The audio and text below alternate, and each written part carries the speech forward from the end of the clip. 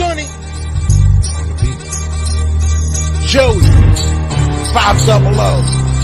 Got some goats in the field. Get ready for a shakedown. Prepare for a shakedown. We from Philly where they clap like huddles when they break down. Get ready for a shakedown. We underdogs, my guy. Kinda used to all the hate now.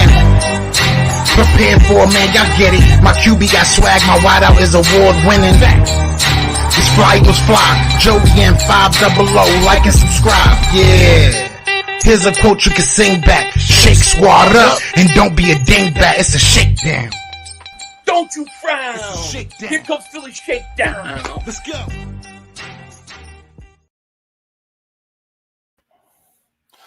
Or it's time to frown because tomorrow is going to be another meltdown. Maybe. What's going on, guys? The Philly Shakedown, episode 33 already. And we're ready for, this is the eve of night before our big matchup against the winless 0-7 Lions. Philly 500, what's going on? How you doing today? What's going on? What's happening, man? Sorry we're late today, guys. You know, we're always a little late, but, you know, we had some things going on, so we got here as soon as we could. I'm hanging in there. I'm good, man. Ready for tomorrow. Ready for Halloween. Ready to hopefully, you know, get a win. But I'm gonna be honest, right off the get go, man. I don't feel good about this game at all. No, and, you know, with DeAndre Swift, you know, running the football, looking really good this year, and Deuce Staley might have a little bit of, you know, he might have some heat against the Eagles, might want to get back at the Eagles a little bit and run his boy all over us. But, you know, in all seriousness, it's been a crazy week. You know, this team is going into a direction now where it's more of like a TMZ, more on TV than it is we're watching a football team right now. And what have you been feeling this past week when it came down to Nick Sirianni, the flower power, all the stuff that's been going on? Well, I was listening live on YouTube when he was talking, and I just started shaking my head like this guy can't be serious. I don't know why he says things like this, right? It just sounds bad, okay? But then somebody, I think it was Dash the Six, shout out to him, was like, yo, maybe this is a hint. And this is the only way I can make sense of it. I'm a conspiracy theorist, but if somebody is planting something, somebody puts seeds in the ground, what do we call that? A gardener. Maybe he was giving us a hint that Gardner Minshew could be getting ready to play. Otherwise, it doesn't make any sense. Yeah, no, like, you know what? Somebody did say it in my chat as well, but I never even thought when Nick Sirianni said all that, I didn't think of it that way. And then when somebody said it, I was like, okay, maybe this makes a little bit more sense. But I know this coach is trying to keep this team above water and not lose the locker room. I guess he's trying to do as much, you know, he's a spiritual type of guy that's just trying to keep the team together, I guess. But at some point, you got to take blame on yourself, which I think he has. But at the same time, he thinks like these players are the same way. Oh, we're almost there. We're about to get ready. We're about to explode. We're about to do other things. You know what I mean? And it just hasn't happened yet. And I don't know what you think in the coming, you know, obviously with the trade deadline coming up, and obviously, you know, the Eagles could be making some moves. Like, what do you think about all that?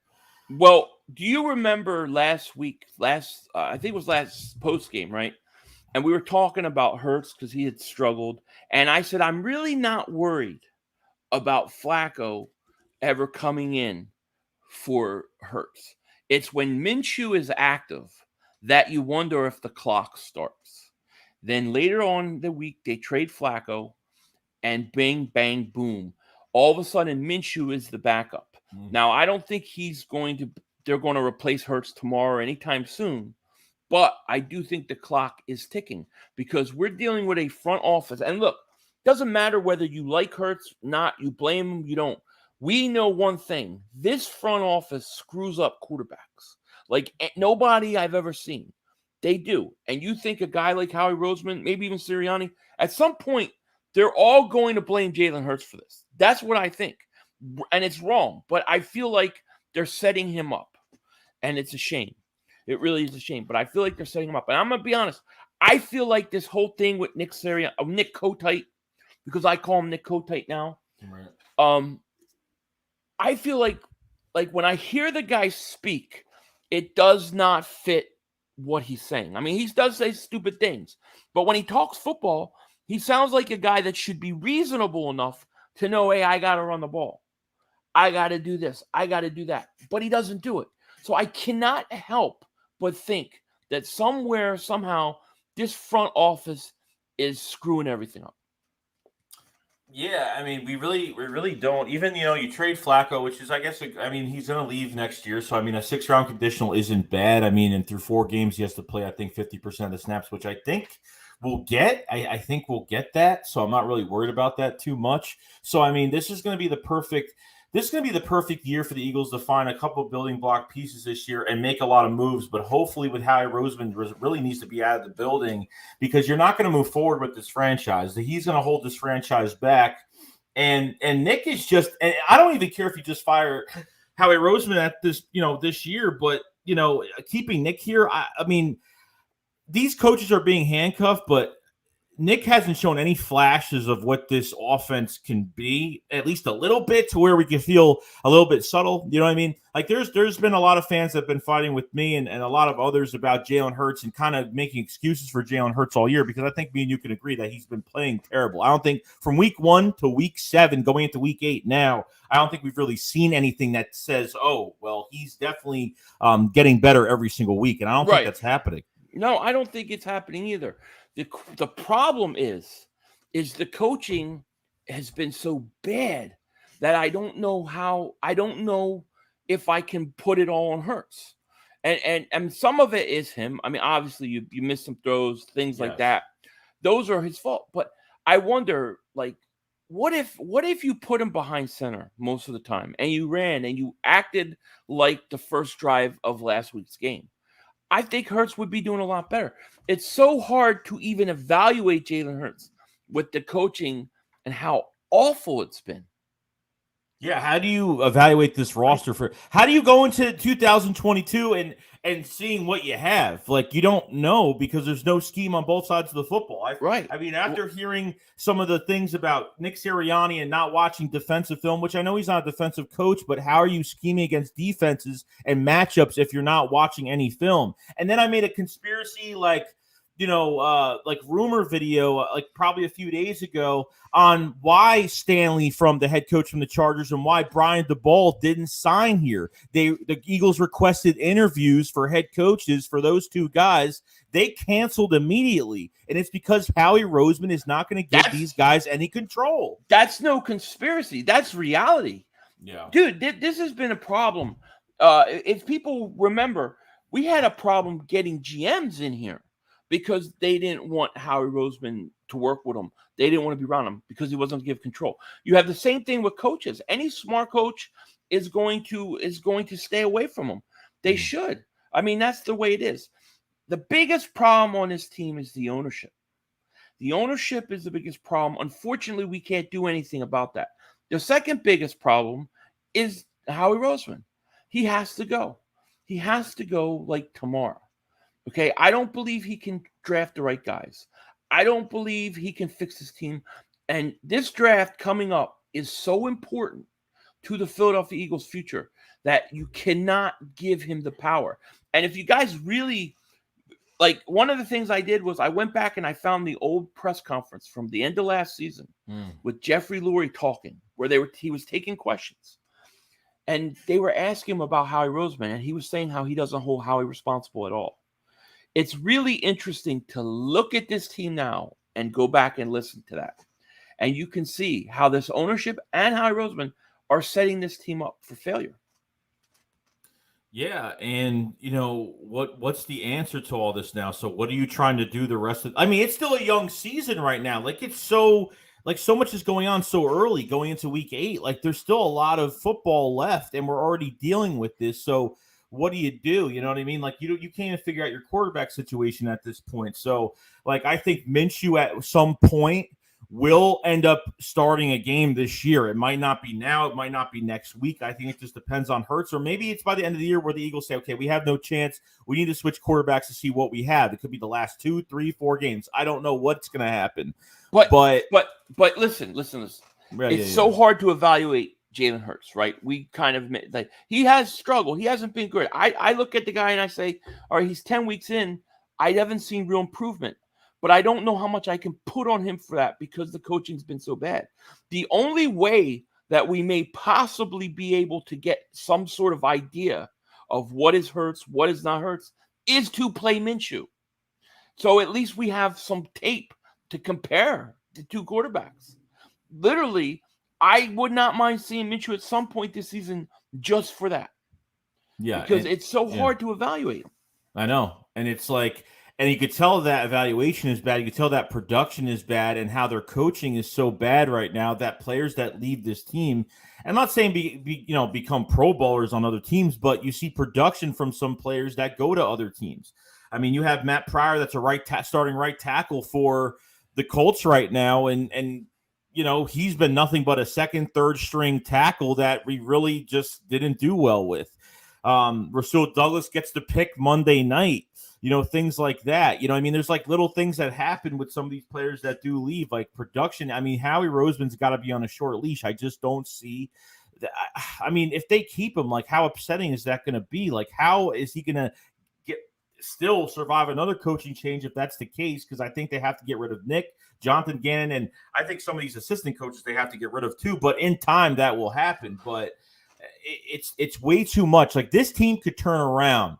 If you draft well next year, if a GM comes in very aggressive, very hungry, because really the only trades that we're getting from Howie Roseman right now, we're not trading for anybody, but at least it's a 4th round pick.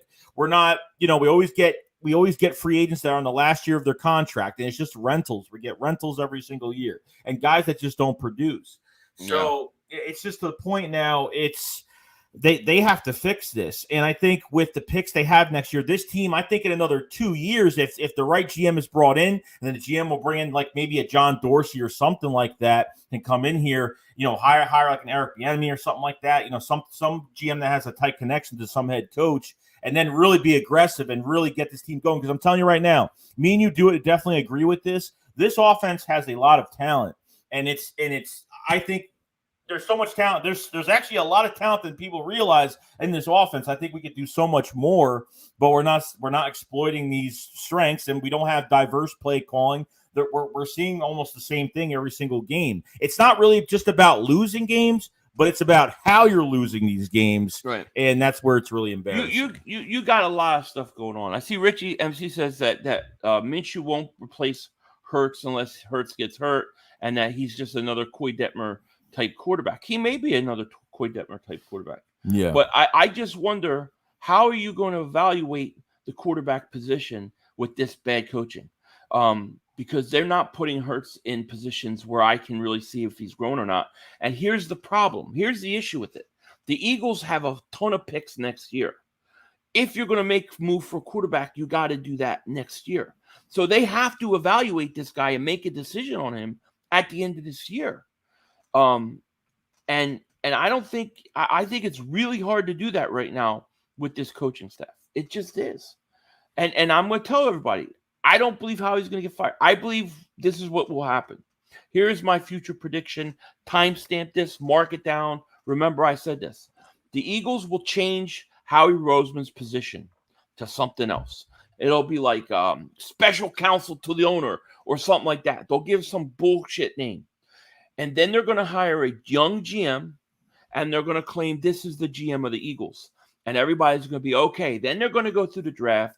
Everybody's going to say, what the hell was this guy doing, blah, blah, blah. And it's going to come out later that Howie Roseman has final say. And he were basically going to hire a front man to keep Howie Roseman. This is an owner who fired a Super Bowl winning coach, who traded a franchise quarterback, which you gave tons of picks and money to. This is a guy who hired Nick Sirianni. This is the guy who chose Howie Roseman over all those pieces. Do you realize what I'm saying? He chose Howie Roseman over a Super Bowl winning coach, a franchise quarterback. Mm-hmm. That's a problem. Yeah. This guy's Howie has to have something on this guy. Yeah, he has to. And I know there's a lot of differences on obviously when the trade went down for Carson Wentz, and we were kind of like, I think I'm on Carson's side for some reasons, and I'm not on his side for how he left in some cases as well. But is there a quarterback in this draft next year that maybe there's always that one that surprises everybody? Maybe there is some type of big quarterback next year that's going to come out swinging next year. I don't know, but it sounds like there sounds like there's some guys that have the ability to develop. And like you said, they always come. There's always guys that rise, and it'll happen. Right. So I don't know if making the decision to even you give Jalen Hurts another year. Do you put him in a quarterback competition with Minshew? Does Minshew come at the end of the year to say, "Hey, let's see how many points he got on the board. Let's see what he could do." And honestly, it's just.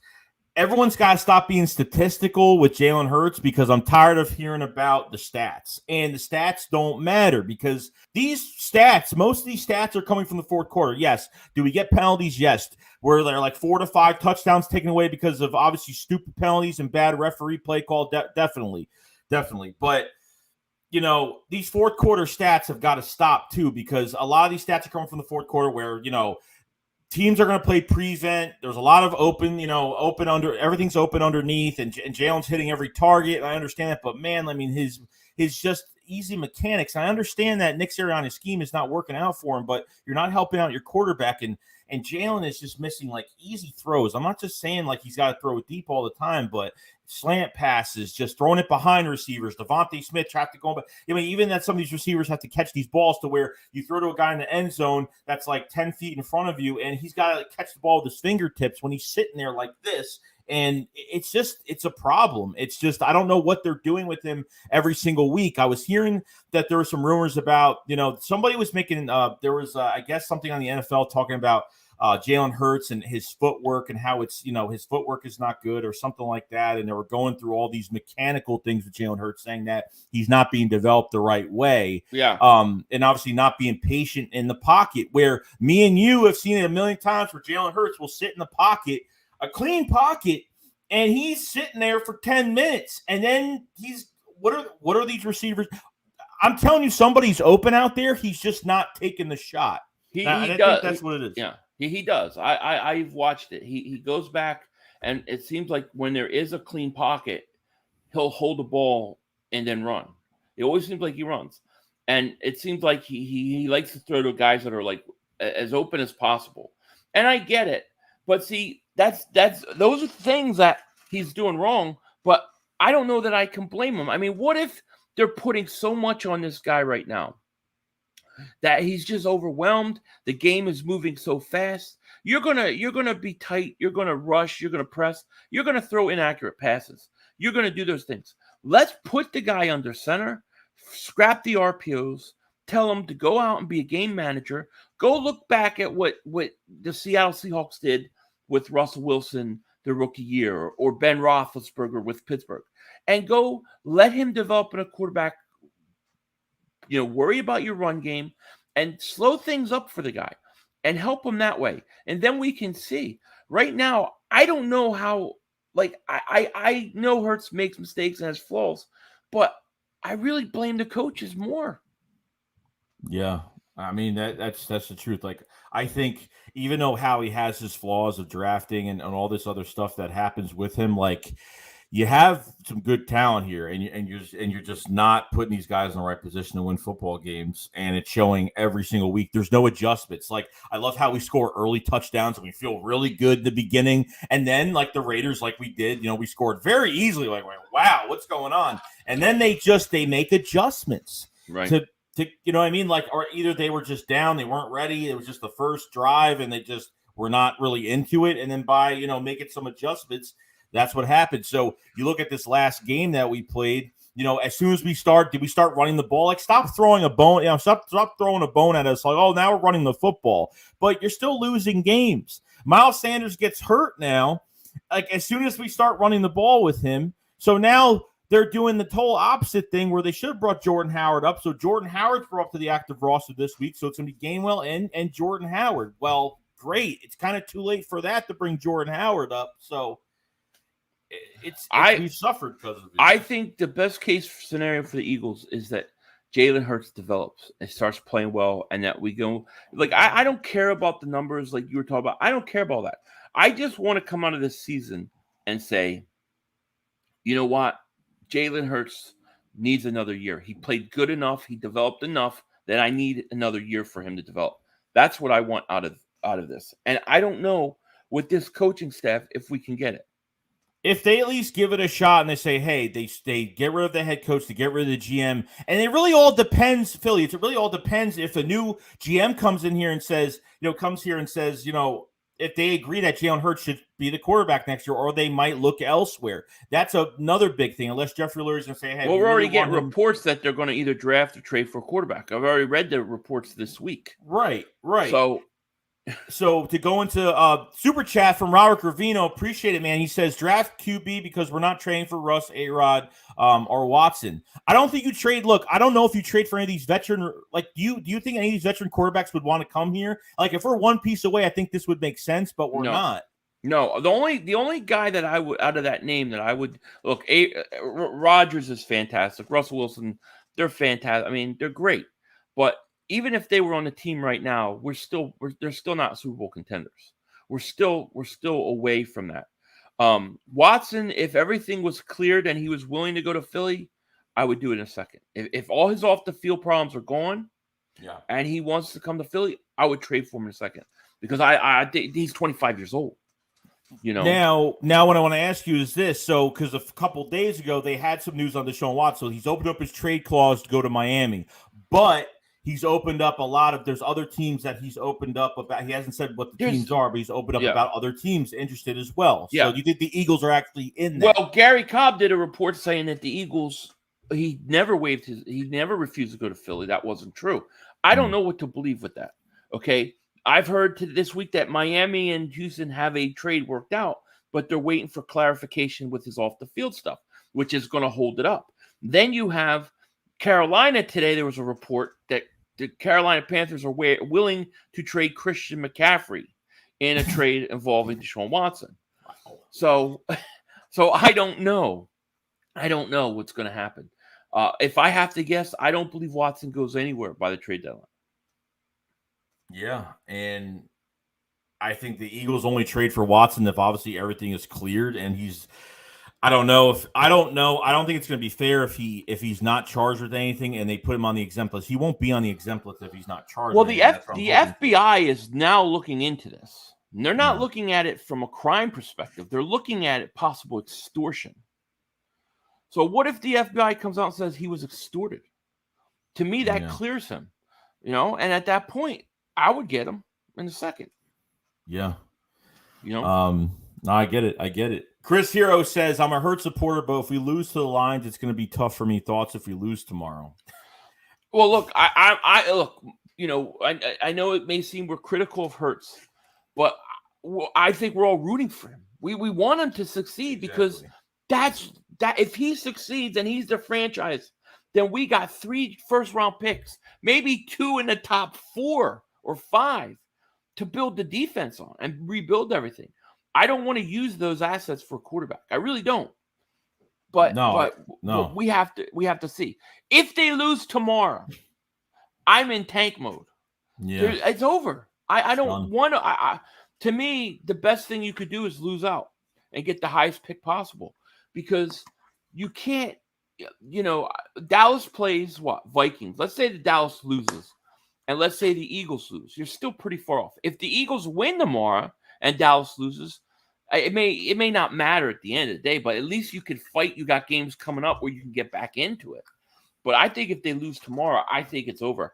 I think Sirianni already kind of lost his team. I think they're trying to hold it together. You hear guys come out and talk about how Sirianni fires them up and gets them all motivated. But I think last week he lost the team. And if he loses this week, I think they're going to quit on him. Yeah, and it's only a matter of time, and I think this team's going to boil over. I think it's starting to. I mean, Fletcher Cox already kind of put Jonathan Gannon under the bus with his scheme and how they're using players. I mean, there was news on Twitter about it. They had Fletcher Cox covering screen passes. I mean, You know what I mean? Like, I don't know what they're doing. I don't like any coach that's philosophy on defense is to be reactionary stinks. Yeah. Anybody watch the Thursday night game? Go watch the Arizona defense. That's exactly what I'm talking about. You have to be aggressive. You have to come at the quarterback. You have to bring pressure. You have to apply pressure. And if you do that, you could be successful in this league. Yeah. The Eagles, when it comes to their defense, somebody tell me one foundational piece that we have for the next 3 or 4 years. Maybe Javon Hargrave, but he'll be older in 3 or 4 years. Who do we really have? Josh Sweat, we signed him to a contract. What's he done? Where's Derek Barnett? Who's my linebackers? Baby arms, Singleton. Two arms equal one bicep to that guy. He stinks. You know what I mean? I get it. Yeah. Who's the safeties? Slay is good. Nelson's good. I think they're good corners. They're old. They're older. In 3 or 4 years, who do we have? Who's the foundational pieces on defense? I can't name one. There's none. It's getting veteran players. That's all he could do because he can't draft at all, period. And defensively, this defense needs to be we need a clean slate on defense. We need to cut this defense totally clean and start from the scratch. And if you talk about safeties, Anthony Harris is now missing his second game. And really, have I seen much from him this year? Not really. Kevon Wallace is finally going to start again. If he doesn't get hurt again, or he'll be hurt. Yeah, I mean, you look at Kevon Wallace; he's young. Avonte Maddox, he's still got upside. I mean, maybe those guys develop, but there's no surefire. We don't have a guy where we can say, yeah, dude, we're building. We got Asante Samuel Jr. We're building around him. We're building with him. We're building with JOK, Micah Parsons. We don't have it. On offense, we've got players. I think Devontae Smith, Quez Watkins, Jordan Mailata, Dallas Goedert. I think Miles Sanders, even though a lot of people have given up on him. Those guys we have. Landon Dickerson. But defense, we have nothing. Yeah, I think offensively we're almost set. We just need a better scheme into this. We just need a better scheme and just we need a coach that's not handcuffed. And that's the thing. I think our offense will be fine for the future, except the QB is a big question mark right now. I go back to it. No, go ahead. No, I was gonna. You speak because I'm gonna kind of take it a little somewhere else in a second. So I kind of go back to, and somebody said this the other day. Just imagine the Eagles win a Super Bowl, right? So Nick Foles wins us a Super Bowl. 2018, Nick Foles comes back again. At the end, obviously one catch away from really going back and facing the Rams in the NFC Championship and facing the Patriots again. Mm-hmm. Just imagine if Howie Roseman was fired, you would have kept Doug. You would have kept Carson Wentz as your quarterback. He would have played not exact same, but he would have been a lot better than what he is now. And you probably would have drafted a little bit better, would have had more foundation pieces, and probably would have done. I mean, this team would be night and day if some of these decisions weren't made. Well, they made a big mistake after the Super Bowl.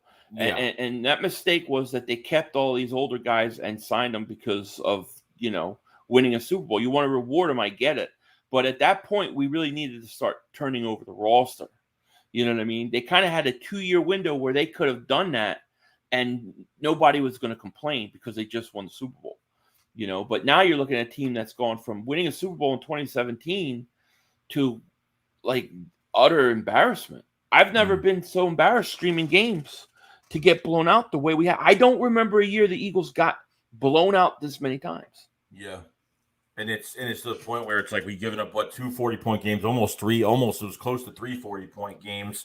And there's not one game where it's neutral on both sides, where both sides are just in the middle of being a little bit productive and helping both sides out. Even special teams, it's pretty much to say it's either the offense is good, defense bad, defense good, offense bad, or all 3 phases are completely bad. So I don't know what they're doing during these games. I don't know. And I have no, and it's embarrassing as a content creator to stream these games every week and see the same thing over and over again, because I feel like we're talking about the same thing every week. We've been talking pretty much since week 2 of the season, everything. We had one good drive last week at the beginning of the game. I thought it was great. And then they went away from it. The Panthers gave that game to us. The Panthers gave that game to us. We played well, But Panthers gave that game to us. They had some wide open shots that Darnold missed. Like they threw it away for us. And they pretty much gave the game to us at the end. Darnold can't help it. He stinks. Yeah.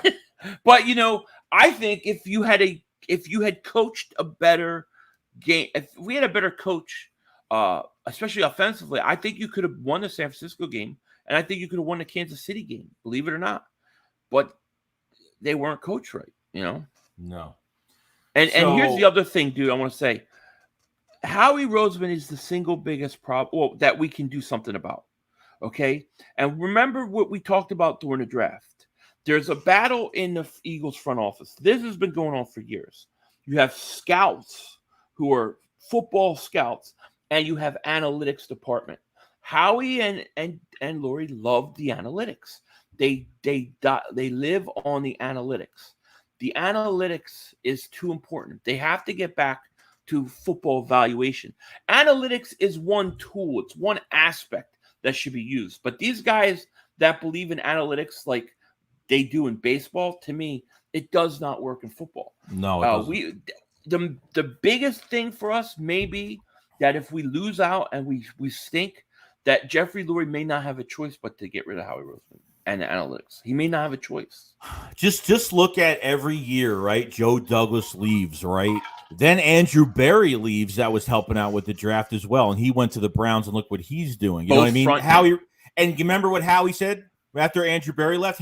Howie Roseman was pretty much like, "Oh, we're very deep at the scouting department. We're very deep, and it's still a good scouting department." Like, and he made all these excuses because of it. Yeah, we're deep up his ass with it. That's the truth. You remember, I'll never forget when they had Joe Douglas and he drafts Derek Barnett. And how he's talking to Derek Barnett. He said, we're going to take Derek Barnett. And Joe Douglas gave him a look like, what are you doing? And to me, I knew right then, I said, he's a front man. He's a front man. And they come over, they work with Howie a few years, they do what they do, and then they learn what they can, and then they go off. Yeah, it's the truth. I agree. There's actually been rumors, and let me go over this real quick. Jay Sutz says, I think it's 50-50. I'm a big Jalen guy, but he's not being efficient enough. I'm missing easy throws. Nick hasn't found his flow as a play caller yet in his first time to hopefully he gets better. Yeah, I mean, there's time. It can get better. I think if they were to beat Detroit tomorrow, I think it would be like, I think people would be able to breathe a little bit, especially like Jalen Hurts, the coach. Maybe that could, calm them all down a little bit, and they could get going. I think tomorrow is the swing game. I think tomorrow we're going to know exactly how it goes. Yeah. Yeah, the analytics, Brian said don't draft DK Metcalf. Take J.O.J. Arcega-Whiteside. That's exactly right. Yeah. And you want to talk about, and you want to make excuses about DK Metcalf's injuries, but yet you'll draft Landon Dickerson in the second round that has two season-ending injuries, an ankle and Sidney Jones, second round, coming off an Achilles injury. Yeah, I don't buy any of that. Yeah. They took a shot. So there's 187 people in the chat. Appreciate being here. If you guys haven't subscribe to the channel. If you guys haven't liked the stream, please like the stream. If you guys haven't subscribed to Philly 500, the better half of the Philly Shakedown podcast, go down the description below and hit the subscribe button, and check the link down below. Definitely. We'll both be streaming the Lions game tomorrow. Eagles-Lions, the winless Lions, where the Eagles are hopefully going to look better, or at least maybe a big week for the Eagles. So from all these talks from the coaches and seeing where this team is at, are they ready to play for their coach, or is this coach really going to grow some balls and, call a good game tomorrow? So I think he's going to do exactly what he does. I think they're going to do exactly what they do. And they're going to come out and they're going to throw. Because why? Detroit has not been great against the pass, I'm pretty sure. So I think they're going to try to throw the ball out tomorrow. And we'll see if it works, but I don't feel good about it, man. Colin B says 500. Joey, what would it take for Hurts to prove he's the guy going forward? I think for me, he doesn't have to go out and put a bunch of numbers out and all that. I need to see him improve to the point where I can say, you know what, this kid has come a long way. He's developing. And he needs more time. That's all I want to get to that point. And I'm willing to give him another year. Yeah. But when I honestly look at him, and I blame Nick Sirianni a lot for it, because I think they've put too much on him. I look at him from game 1 last year to his 10th game, and I don't know where he's improving. I just don't. Yeah, I get it. I don't think so either. You know, I don't think he's improved at all. I don't like it's. I think this. You know, besides Jalen Hurts' flaws, I think if they, and I've said this every single week, and it's just so tiring to say it. I think if they just coached a better game and take some pressure off Jalen Hurts and stop making him throw the ball, I think that you turn some of these losses into wins. You'll keep your offense on the field a lot longer, because time of possession is ridiculous right now. Like, I mean, especially when we're on defense. I mean, other teams have the ball for almost a quarter. I mean, it's to the point where it's really hard to watch. You know what I mean? Yep.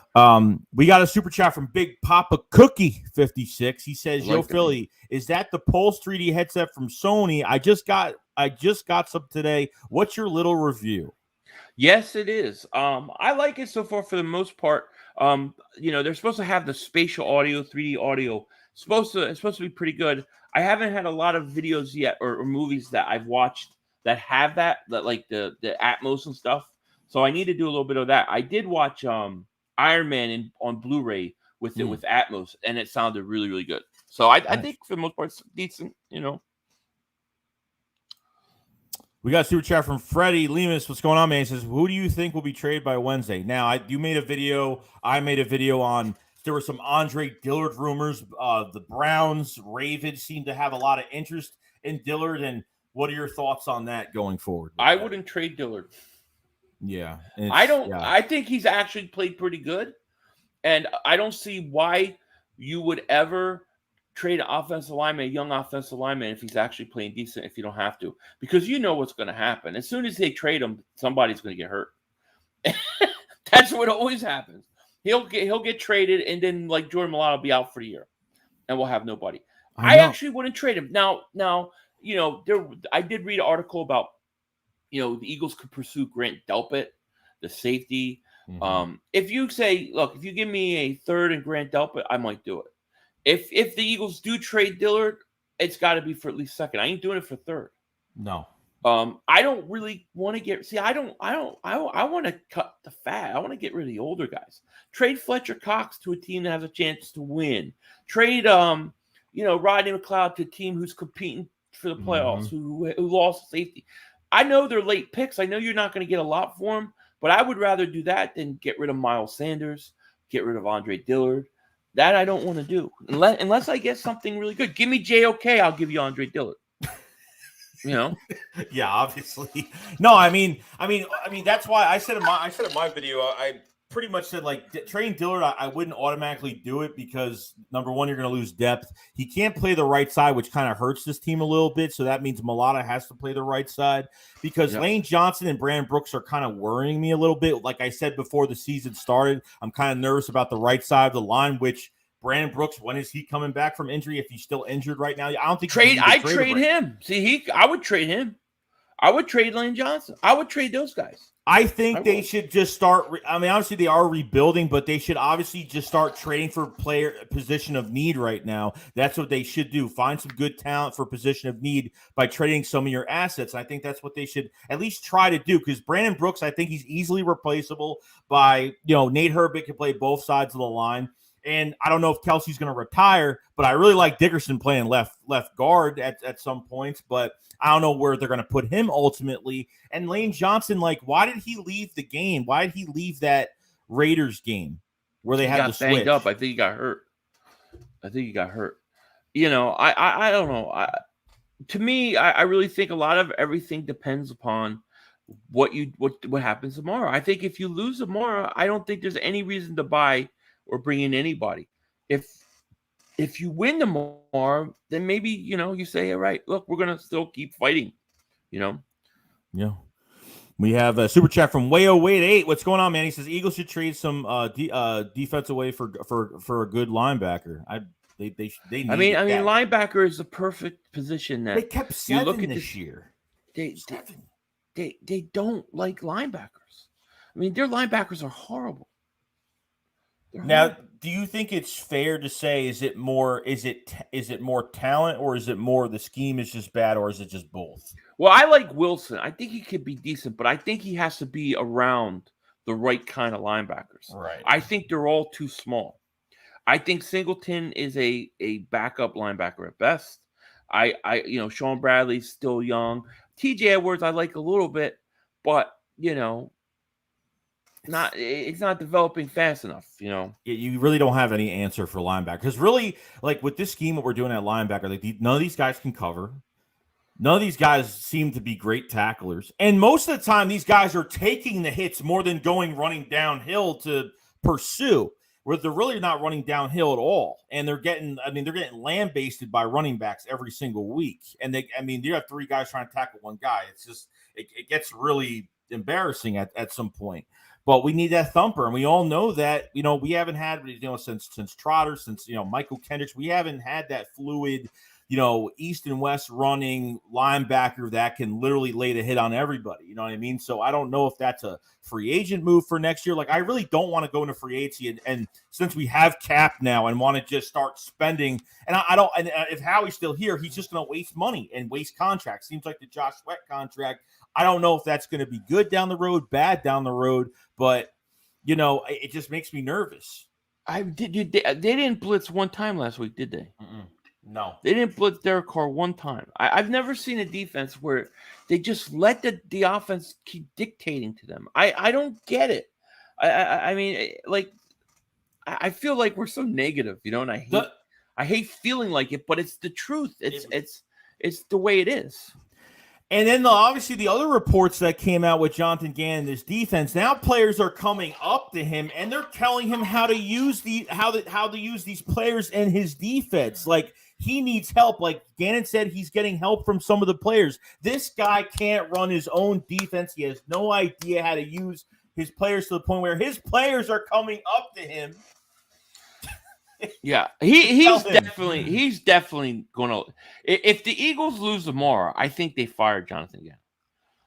Like, I don't think Sirianni will go. I don't think Howie will go, even though he should have been fired like yesterday. I think Gannon goes first. Like, I think we're in a really weird situation, because I really could see a one and done with this coach. I could see a one and done with the quarterback. I could see a one and done with all the coaches. And then again, I could see a situation where they all come back, except for the defensive coordinator. I mean, do you remember in 2016 we went what? Where did we go? 7-9, 9. So I can't remember. So yeah, I think so. And they wanted Doug Peterson to fire Frank Reich. Mm-hmm. After that season, they wanted him gone, and he won us a Super Bowl the following year. Yeah. So everything is whacked out with this front office. When I talk about Hurts or Minshew coming in or what's going to happen, I say a lot of it based upon the fact that this team in the front office has a horrible way of screwing guys, of ruining them. Yeah. You're ruining a lot of these Look players. how they treated Deuce Staley. Deuce Staley was there through Chip and Andy, then Chip, then Doug, and Guy did everything they said, and they never even gave him a chance. He should have had a chance when he went for the offensive coordinator job, or at least, I don't know how comfortable we were of him being a head coach, but I would have at least gave it a shot. Who cares? I would have at least gave it a shot. This is a coach. This is an owner who thought that Howie Roseman was more important than the Super Bowl winning coach, the franchise quarterback, the coaches that they had on a team like Deuce Staley. This is insanity. This is insanity with this owner. You need to get rid of Howie as soon as possible. That is the single biggest thing that can happen. More important than winning tomorrow, all that is to replace Howie Roseman. That's the truth. I don't know how things change until you do that. Does part of you go into this game saying, I want to win this game, but the other half of you is saying, this might be the game where things might start to change for this team in a positive way? This is where things will bottom out. Yeah, I there's a part of me that says, do I want to be battling and winning a couple games and all excited for a few weeks, only to have Howie Roseman take control of this team all off season? Or is it better to bottom out and lose out and then be excited about free agency, be excited about a new GM, be excited about all the picks? We're going to get Miami's first round pick. Miami plays Buffalo tomorrow. They're going to lose. Yeah. Even if they got Deshaun Watson, they're done. They're done. Yeah. That's our top 5 pick after we're hoping. With our pick, hopefully it's top 10. And Carson Wentz got to play a little bit more. What? How many more games? 6 more games? Something like that. But he's playing good. And I think they're getting ready to go on a roll. Yeah. I think they're going to win tomorrow. No, who are they playing tomorrow? I think they play Tennessee. It's going to be a good game. They're going to win. I think they're going to win. We have a super chat from Jay Wheels. What's going on, man? It says the game hurts. This game hurts. Needs to show he can be efficient and consistent on short, medium throws. Lastly, Howard being brought up to be J.J. Arcega-Whiteside number 2. Yep. I think Hurts should, based upon his defense and what I've seen from Detroit, he should be able to have a decent game. If it's the fourth quarter and he has 80 yards passing to start the fourth quarter, we got problems. Because that's exactly what happened last week. I think he had 87 yards going into the fourth quarter. That's horrible. Yeah. Philly 0024 says can't trade Cox with his contract, too much of a dead cap hit. Hey, they said that about Carson Wentz. Yeah. $33 million, the highest in history. They said that about Carson Wentz. But you know what part of the problem with the whole Cox contract is? Is that stupid Howie Roseman redid it and restructured and pushed all that front money down the road, which is, what he does. Yeah. God, that guy gets on my nerves. I know. It's like we do one thing that, freeing up that money was good, but that was to open up, obviously, more money for Melodic. And the Melodic contract won't go until next year, obviously, and the Sweat contract won't affect until next year. So those are fine because they're young. But when you get guys like Fletcher Cox and you redo his contract to create cap space, and you're just pushing that money down the road. So it comes back and haunts you. They should only do that when you're like 1-2 players away from winning the whole thing, and you're going to take a shot at it. Yeah, just like you shouldn't be restructuring from $70 million just to get under the cap. Like restructures are supposed to free up money for other players to go sign. You don't restructure like 7-8 players so you can get under the cap, because if you remember the first day of free agency, we only had $3 million under the cap. Like it's a joke. So you're kicking every time you restructure and not drafting right, like they haven't been during the Super Bowl. They're literally kicking the can down the road, and they're giving bigger cap hits later on, saving more money now, more guaranteed money, saving more money now, and getting bigger cap hits later on, and it's messing up this team. But this team will have cap space next year. Right. Finally, we'll be under the cap next year by a good amount of money, depending on. I forgot how much the owners put the cap at. I think it's like $208 million, something like that. Which I think they're saying somewhere around the $50 to $60 million range. Really, of free money, and it could be more when you get rid of certain players. Right. And I think they have to get rid of a couple of vets. That they have to. At this point. Oh yeah. And then think about this. You could have the Miami Dolphins first pick, your first pick, the Colts first pick. They have 11 total picks at this point, going into at least 4 of those are going to be top 40 probably. Yeah. That could rebuild your franchise right there. That could set your franchise up for a long time. But you have to hit on the picks. And I think most of these, I mean, you could build your defense with a lot of these picks. I think you could do a lot. And I'm not saying that they're going to use every first round pick. If they get 3, I think one of them will at least get traded back. So at this point, you trade back one of those first round picks, get more picks for 2023. Might as well get some extra first. Why not? You know what I mean? But you might have to if there's no quarterbacks and you're not sure about Hurts yet, but you're going to give him one more year. You may need to trade those picks and get more first-round picks for next year because you're going to have to be able to make a move. Yeah, and true that. We have a super chat from Demon Badger. What's going on, man? He says, probably at my lowest point of confidence with the team, boys. I'm really sick of Howie. It's a bit like COVID, though, where I see no end in sight. Yeah, it is. And the masks don't work. The vaccines don't work. We need a Howie Roseman vaccine, right away. I'll tell you what. If they fire Howie Roseman, I'll fly to Philly, and I'll drive him to the airport. I have no problem. For free. And I'll record it. And it'll be one of my intros. Me kicking him in the ass. Get that up. Reverend Bebop says, "Hey Joe, I changed my account and have been trying to resubscribe to you, but I always get an error. Have you had any issues?" I don't know. It could be that stinks. It could be a YouTube thing, most likely, because YouTube always has errors all the time. So it just could be a wait and see thing with that. You might just have to wait a little bit. Maybe maybe in the coming days, just try again. If it doesn't happen, it's probably a YouTube thing. If you can't subscribe or if there's an error. So, what is this? Torville says, "Do you think Howie restructures Halloween candy when he gives out candy to trick-or-treaters? He takes away a couple of their Snickers, and promises to give them 4 in 2024. Yes, I think it's definitely happening, dude. There's no way that guy is messing. He's making out on Halloween, I'm sure. We have 225 people in the chat. Appreciate being here. If you guys haven't subscribed to the channel. If you guys haven't liked the stream, please like the stream. We cover the Eagles every single day. If you haven't subscribed to Philly 500, the better half of the Philly Shakedown podcast, subscribe to his channel. Link in the description below. We're going to be streaming the game tomorrow. The Lions game separately. We'll both be streaming the game, so definitely check both of the channels out. We're doing some different. We might do a late. I think we're going to do probably a late post game. On my channel tomorrow. I'm not, because it's Halloween, I'm probably only going to stream the Eagles game and then do the post game at night, because my kids were like, I was going to do the Dallas game, but they're like, we want to go. We want you to come with us. So I feel like I need to go with them, Yeah. So, I mean, it's Halloween, my favorite time of the year. So we'll both be freed up. My favorite time of the year is coming soon. Christmas. It's the eggnog season. It's eggnog time, baby. They sell eggnog for Thanksgiving, right? It's a Thanksgiving Christmas thing. Yeah.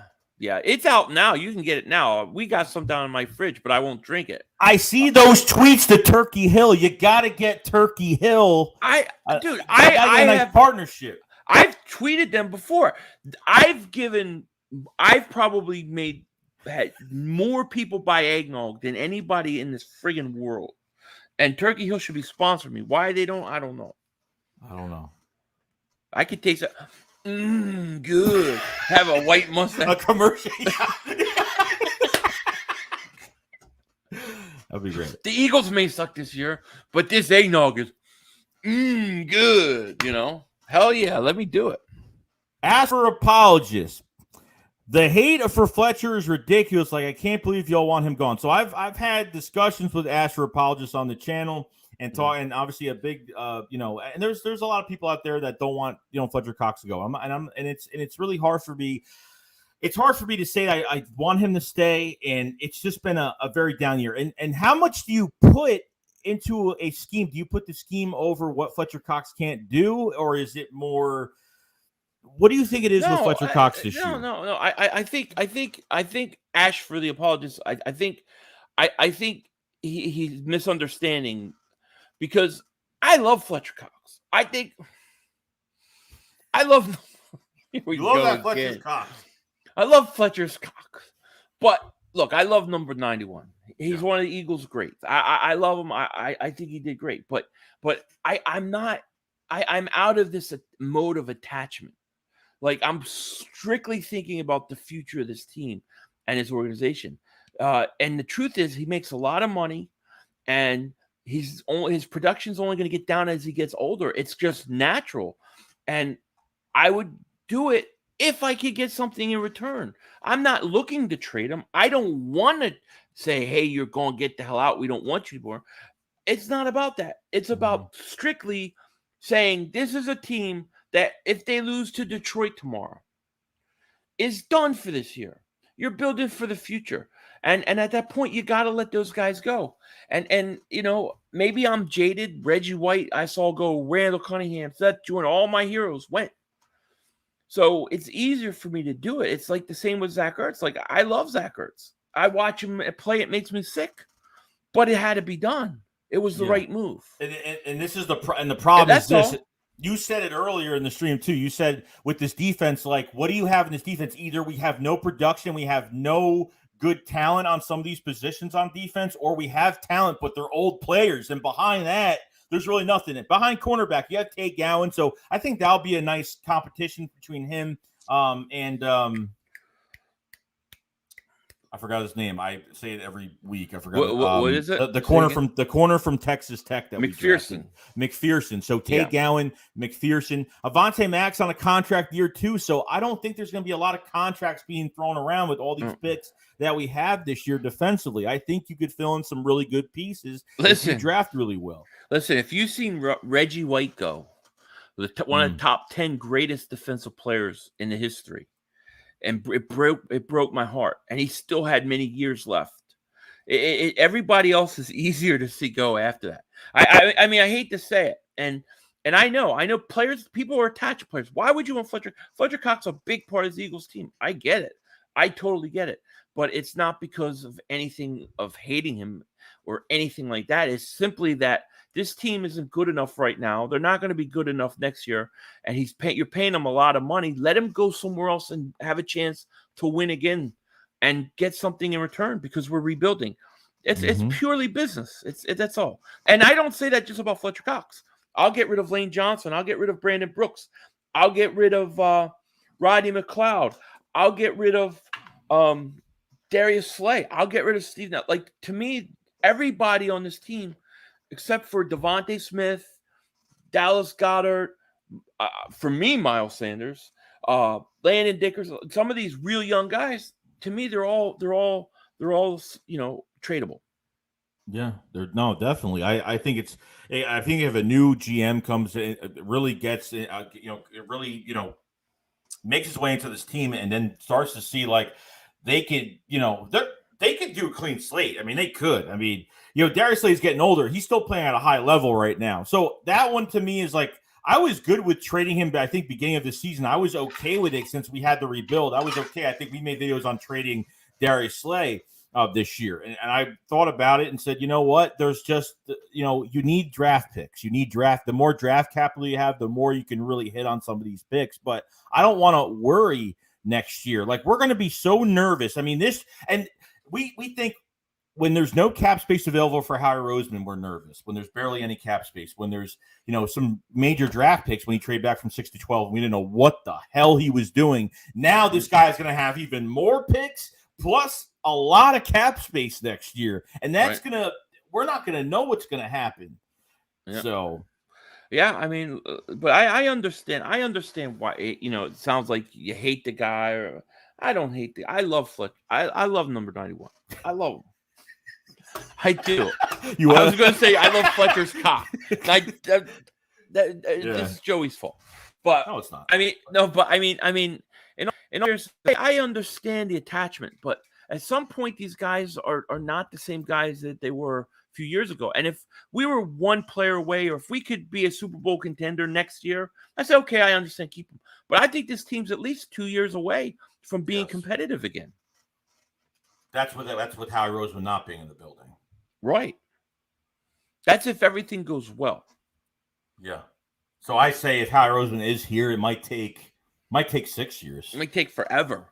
If he gets a 4-year contract, which most likely that's what they usually give out, with 2 years left I don't see how this guy can be held unaccountable. I just don't. It just boggles the mind. It's crazy. We have a super chat from Freddie Lemus. Said, would you trade Dillard for OBJ? There's a lot of people that want to trade for OBJ. No, he's very injury I'm not prone. touching OBJ. He's very injury prone. I look. I actually, to this point, I like the receivers we got. To me, the receivers is one of the least thing. I think that the offensive line is thin. I actually would keep Dillard. Yeah, no, like Dillard, like if he stays on one side of the football, like, and even the games where he took over a little bit, like it wasn't that bad. Like I didn't think it was actually going to look like, did he play fantastic? No, but was it like he was consistent with his blocking? He held up in games. I was actually kind of like, okay, he could be a prime backup, and he still has some years left on his contract right now. So why not? I wouldn't trade him this year. No, you need depth at offensive line. You need it.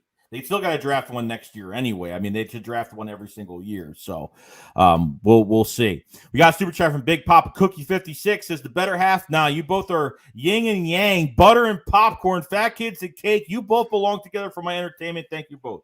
Thank you, buddy. I'm the fat kid. He's the cake. He's sweet. What the hell is that? That should be like a pause for an hour. Yeah, for a little bit. I got Joey's his knees are buckling right now, going, Who am I talking to? His girlfriend's coming to beat my ass. We have Hawk215 says, who would you guys take?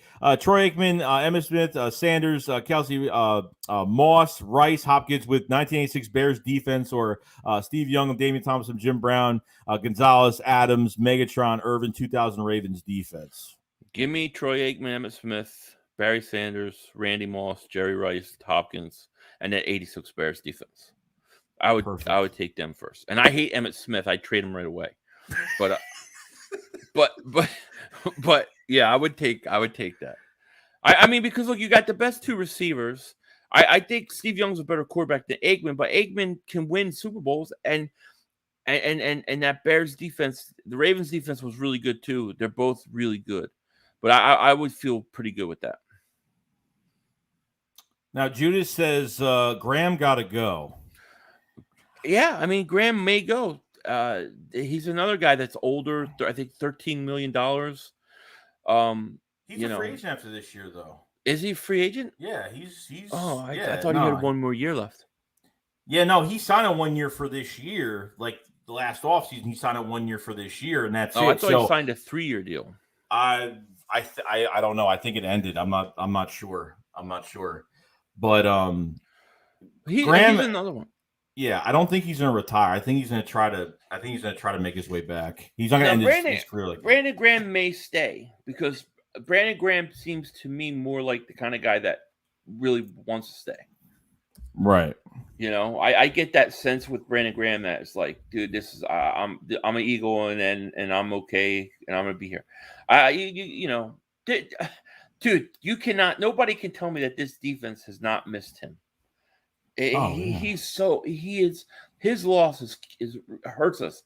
I think from an energy standpoint, I think from just a leader standpoint on defense, I think that if you look at this team, they were playing good defense the first week and 2 quarters until Brandon Graham got hurt. Wasn't the same since. Yeah, Graham is on contract throughout 2023. 2023 is his last year. Now it's almost an $8 million cap hit this year. Next year will be a $9.4 million cap hit. As of right now. So, it's definitely something to think about. And I mean, he produces. I mean, don't get me wrong, he does. But when you have a good defensive end, you free up your defensive tackle. So obviously, him lining up on Fletcher Cox's side, it frees him up a lot. And I think we would have played a little bit better. Maybe. I mean, definitely, we're definitely missing him. I mean, that's true. I think from an energy standpoint, yes. You miss him. But here's the thing: do you realize that? And this is big with the Eagles because they build their whole defense around that defensive line. Javon Hargrave has over 50% of the sacks. There's nobody else getting production. And he's even disappeared the last couple of games. He did because teams are going to key on him. Mm-hmm. And to think that you go and play in Derek Carr. Derek Carr was 31 of 34. I've never heard of that. That I can remember. Yeah. 31 of 34 throwing. 3 incompletions. Not once did this coach say, you know what? Let's blitz. Let's get some pressure on this guy. Let's do something. Not one time. Yeah, I don't get it. They're keying our defense now, and we get away with something. But this is why we don't have a pass rush. You have to start blitzing. We don't even do that. Corner blitz. I don't care what it is at this point. So go ahead. I'm sorry. No, you're good. You're good. I just had a thought. I had a thought which don't come often. I was to say if the Lions win tomorrow and Buffalo wins tomorrow, the Miami Dolphins technically have the first pick overall in the draft, which is ours. We would lose, so we would be 2-6. Yeah. What pick will we be picking? Will we be picking top 3? We're picking 6 now, I think. Yeah, that's what it said. It would be 2 top 3 picks. That's insane. You cannot give Howie Roseman that kind of power. They're not picking 2 guys in the top 5. I doubt it. I think you have to. Yeah, I would love it. Here's it would depend, right? if you get the first overall pick, are you picking a quarterback or not? If you're not picking a quarterback, there's probably a quarterback that will rise in this draft that will go number one. It always happens. There's going to be a team that's going to try to move up. If we have you two have top to trade five that. picks, If you don't draft a quarterback, then you have to move back and trade the picks for more first round picks. How far back are you willing to go? That's the question. It depends. If Howie Roseman's picking, I'll trade him all the first round picks to next year. I'll say, look, whoever is willing to give me a pick in next year's draft and this year's draft, I'll trade my first round pick. I don't want Howie Roseman picking those picks. Yeah, Bergen 215 says Jacksonville and Houston, Detroit are in the top 5. What the hell is a Dale character? Who? What? I don't know. Never mind. I have no idea either. I don't know what that is. Yeah, it's next year's draft is gonna be nuts. It's gonna be I'm hoping moves are made. You know, at this point, they could lose tomorrow, and we're gonna be in tank mode. At least some of us will be in tank mode, and I don't like doing that, and I hate being in that mode. But there's really no point of winning after that, you know. And I don't know what they're gonna do for the. I don't know. Like I don't know if moves. I'd be surprised if any moves are made coaching wise or something like that after this game, or at least throughout this year before the season ends. I'll be shocked. Yeah, it's going to be interesting. Philly Fighter is a Dale. Dale must be the coolest character ever. Then I don't know who the hell it is, but yeah, I think tomorrow is really the game that is going to tell us where this thing is going. Joe Higashi legit leg kicks. Has been talking a lot. Has been talking in this this chat a lot. You guys are never satisfied. Do you idiots realize that Peyton Manning sucked his first 3 years? Highest interceptions ever. Y'all give up on your guys too soon. Peyton Manning threw 27 touchdowns his rookie year. Mm-hmm. 27 touchdowns in a time where the passing game wasn't nearly as what it was today. You could look at Peyton Manning and you said, oh, yeah, this guy's going to be something. Of course, mistakes come and things like that come.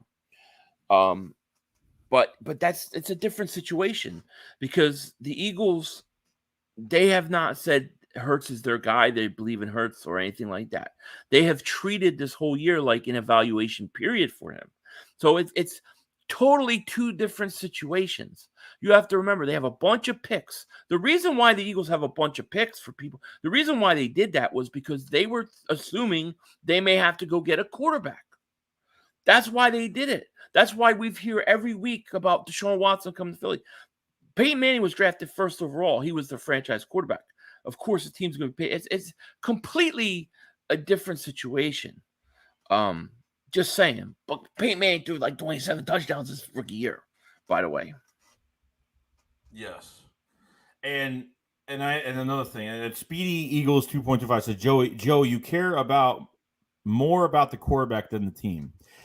That's really not true because, yeah, I care about the quarterback a lot because you could build a team offensively, but you got to have that quarterback. I mean, you have to have it. And I understand that people defend Jalen Hurts, but I haven't been happy the way he's been playing. So there is a big chance that he could start next year. And I think if they want to take a second shot with Hurts, I'm totally fine with that next year.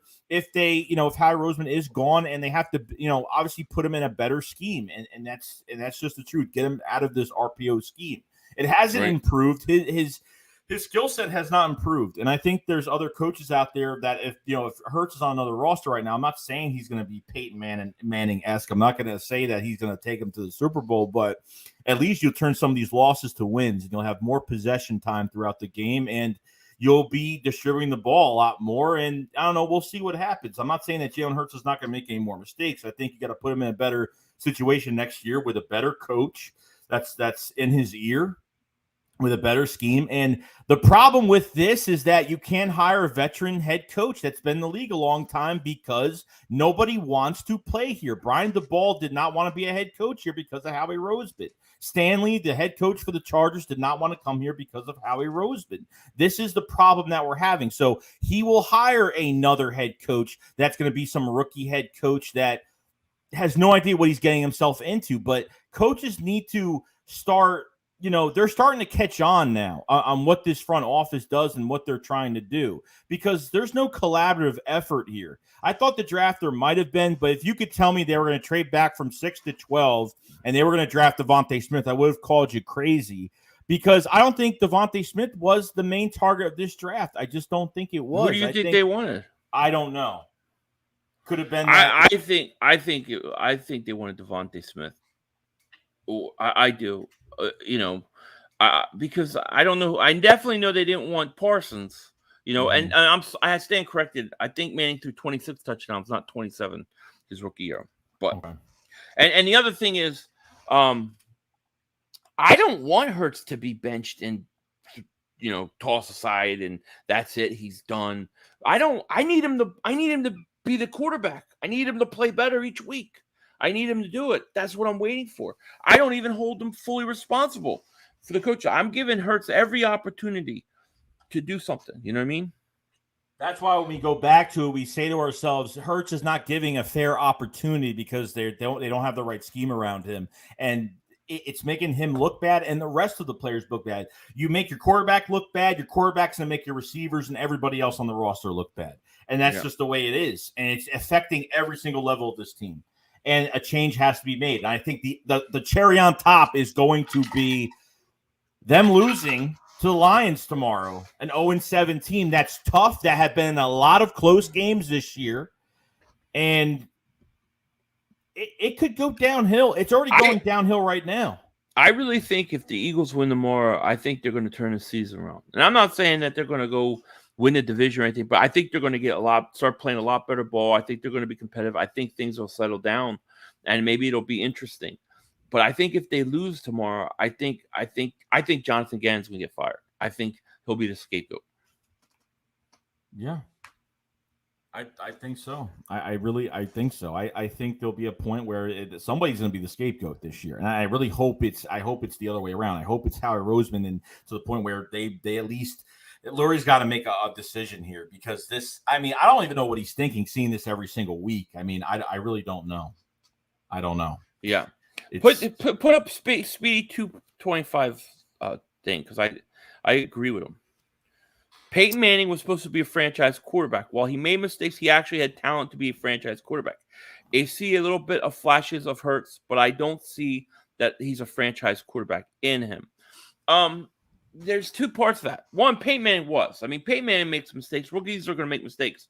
But there's a lot of times where you look at a rookie and he flashes, and you're like, yeah, you can see it in that guy, Mm-hmm. And I think early on last year, I think there's some things with Hurts that I really like intangible wise, and I need to see more of them. But I also think he doesn't have to come up.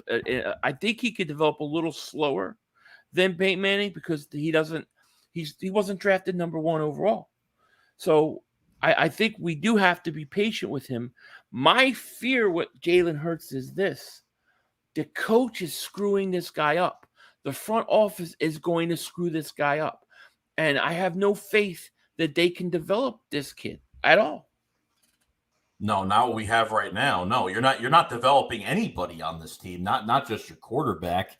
This is why I don't know how you're going to build this team if you just don't look I don't even know how to say this. Like, you don't look like a normal team that has a nice balance on both sides of the ball, or knows the coaching aspect on how to put these guys in the right position. That's where we're failing right now. And that's the hump we have to get over right now, is production. Yeah, click on MC Fact. MC Fact. Mm-hmm. Okay.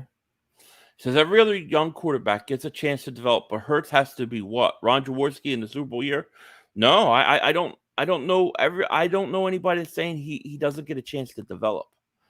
I don't think any of us is saying that. But they didn't draft him in the top 10, in the top 3, in the top 5. They don't have to be committed to him next year.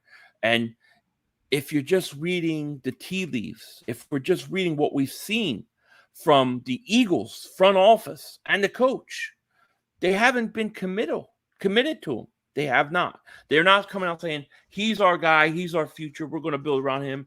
And that's not what we hear. We hear they want Deshaun Watson. They want to draft a quarterback. They want to acquire picks. That's the Eagles front office. That's what they do. They screw everybody up. That's the point. They can't develop Jalen Hurts because they screwing him up. Yeah. They screwed Carson up. They're going to screw him up. This is what the Eagles do. They screwed Nick Foles up. Why would you trade Nick Foles for Sam Bradford? It was so stupid. Yeah. You know? So I just when we talk about Hurts being the guy, not the guy, to me, it's more a reflection not on Jalen Hurts. It's more of a reflection on the franchise and the front office. Right. Philly 0024 says Hurts also makes the wrong read every time. The RPOs, yet we continue to spam them. The RPOs is just like see when Nick Foles did RPOs, he at least handed the ball off. It seems like more than 8 out of 10 times of the game, more than that, probably. Hurts always keeps the ball for himself most of the time. I mean, it's most of the time to where he's standing on one leg with the ball in Miles Sanders or whoever's stomach for so long when it's on a 2nd and short, a 3rd and short, whatever it is. And it just looks real awkward. Like, is Jalen Hurts having his own say in this offense when it comes to game management to where he changes the calls? I don't know if he's changing the calls, but I mean, I just think that the whole RPO thing, to make him run that, and that's all you do, I think it's just so unfair to Hurts because they put everything on this guy. Like every game, they've basically relied offensively on Hurts to do everything. The kid's played 10 games. Let him develop. Put him under center. Let him go out there and be a game manager. Run the ball. You have Jordan Howard. You had Miles Sanders before he got hurt. You have Gainwell. You have Boston Scott. You have enough running backs that you should be able to complement. And then let's see what this kid can develop into. They are screwing him up big time. LeBron says, listen, man, you got to be ready now if you want to play for us, which is Philly. We care about what you can do for us. We want to win. We got a Super Bowl that took a century. We want wins. That's it. I know, but they just the product that they're putting out there is not good enough. That's the problem, and that's why the GM needs to be held responsible. Yeah, you know. Jeremiah Bolt with the super chat. He says, just realized again today that Siri was brought here for Wentz. Maybe we're trying to fit a square peg into a round hole. That is very pause, but that's very possible. I mean that could be a huge issue. Once again, we got to go back and blame the GM.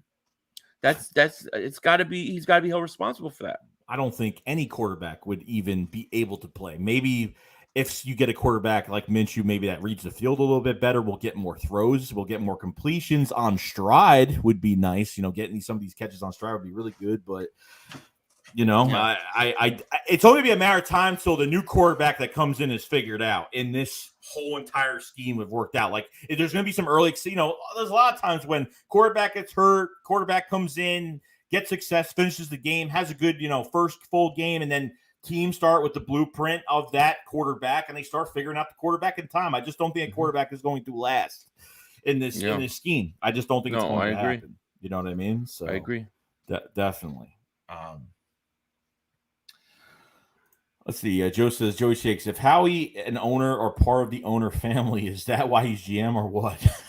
we don't know. We think he may have he may have Jeffrey Epstein, Jeffrey Lurie. He may have like a hotel room wired for sound, and he has very compromising things on him because we can't figure it out. Yeah, I don't know. We have no answers, and we're never going to find that out. I mean, we're never going to find that out. But hopefully they make the right decision. Unless somebody leaks them emails. Mm-hmm. Mick Fax says if the front office doesn't want Hurts, let him so he can go where he's wanted and will be developed. I agree. But how do they not want him? I mean, that's a Howie Roseman pick. I mean, he hired the head coach. He drafted Jalen Hurts. See how happy they were when they drafted him? I know, but why not develop him right then? You know what I'm saying? Like, you're not developing the guy right. I mean, we're talking about a guy we really, it's so hard to evaluate because it's been so bad. Mm-hmm. I don't hold it against Hurts. I don't.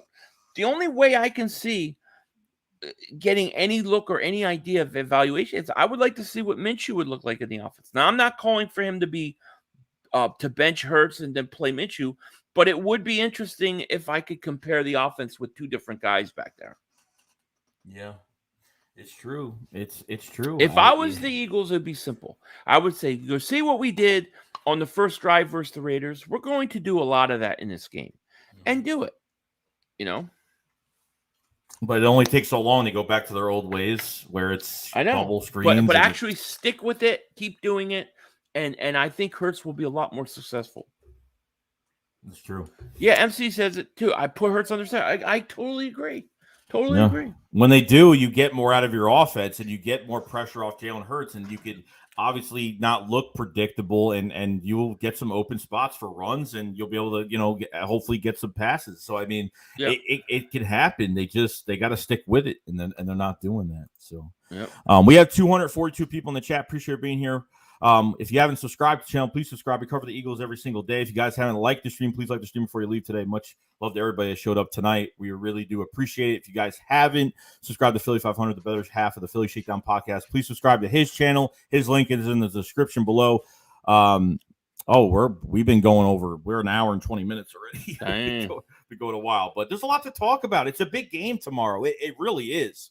So I think it's the season right here. That's it. The cherry on top. If they lose to an 0-17, that's it. Oh yeah, they're going to bottom. They're going to bottom out. It's going to get ugly. It's going to be a hard week. People are going to be pissed, calling for heads, and I think that you're going to see Gannon be the scapegoat, and deservingly so. Yeah. So, Bird Gang 31 says we win tomorrow. I hope so. I hope we do. I hope so. I'm going to do everything in my power to make that happen. Tell you that. Definitely. So, I mean, other than that, guys, pray. Put your hands together. Start praying. Yeah, if you're not Catholic, whatever. Pray because it's tough, man. It's going to be really tough. We'll see what happens. I don't know what to expect, but I don't feel good right now. No. I don't either. I think this is where it's gonna, like you said before, it's to make or break the team. And I think a lot more fingers will start to get pointed now. And I don't think Nick Sirianni is gonna be able to hold this team together any longer. So we will see. But we are going to call it a night, and we will be back. Both of us will be streaming separately on our channel, so definitely come by, say hi, and hopefully it's a good night, not a bad night. But if it's a bad night, we'll have a lot more to talk about. Hopefully we're celebrating. Yes. You know what I mean? A little Halloween. Yes, on Halloween. Tomorrow night, we're going to be doing a late, probably could be 11, could be 12 Eastern time. I don't know. Probably really late. We'll have a post out. Me and Philly will talk about it after the game's done and what's going on, because we're gonna do some stuff for Halloween and get some time to recover for what happens tomorrow. I don't know what's gonna happen. Yeah. So we're gonna do a late post game. So definitely drop by. It'll be on Philly 500's channel. So definitely go over there when the time comes, and we'll be ready for it. So Philly, if you have anything to add. No. I hope you guys have a great night. Enjoy tomorrow. And we'll see you guys then. I think I'm going to watch Hubie Halloween with my kids. That's what they were looking for. So, All right, guys. You guys have a fantastic night. Enjoy the game tomorrow if you can. And enjoy your Halloween tomorrow as well. And we'll be back tomorrow night. And we'll see you on episode 34 tomorrow on Philly 500 channel. 34. All right, guys. So, guys, we'll be ready. All right, guys. We'll see you guys later. Guys, remember, shakes what up, flyers fly. Peace out, guys.